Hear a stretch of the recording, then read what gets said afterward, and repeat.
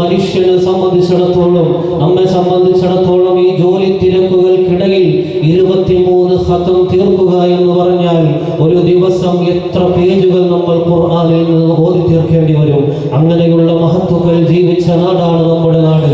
അതുകൊണ്ട് പ്രിയമുള്ളവരെ, പരിശുദ്ധമായ റമദാൻ കഴിഞ്ഞു പോകുമ്പോൾ ഒരുപാട് റമദാൻ നമ്മളിൽ നിന്ന് കഴിഞ്ഞു പോയി. പക്ഷേ ആ റമദാനിൽ ഒന്നും ചെയ്യാൻ കഴിഞ്ഞില്ലല്ലോ എന്ന ദുഃഖം നമ്മുടെ ഹൃദയത്തിൽ ഉണ്ടായിരിക്കെ, ഈ ഒരു പരിശുദ്ധമായ റമദാൻ മുന്നിൽ നിൽക്കുന്ന സമയത്ത് ഇൻഷാ അല്ലാഹ് പരിശുദ്ധമായ റമദാൻ കഴിയുമ്പോഴേക്ക് ഒരു ഖത്മെങ്കിലും ഓതി തീർക്കാത്ത ഒരാളും തന്നെ നമ്മുടെ ഈ മഹല്ലത്തിൽ ഉണ്ടാകാൻ പാടില്ല.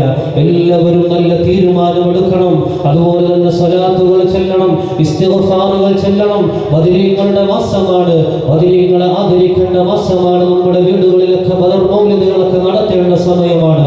അതെല്ലാം നാം പാലിച്ചുകൊണ്ട് കൃത്യമായും വ്യക്തമായുമുള്ളൊരു രൂപരേഖകൾ നമ്മുടെ ജീവിതത്തിൽ പരിശുദ്ധമായ റമദാനിലെ രൂപരേഖകൾ നാം തയ്യാറാക്കേണ്ടതുണ്ട്.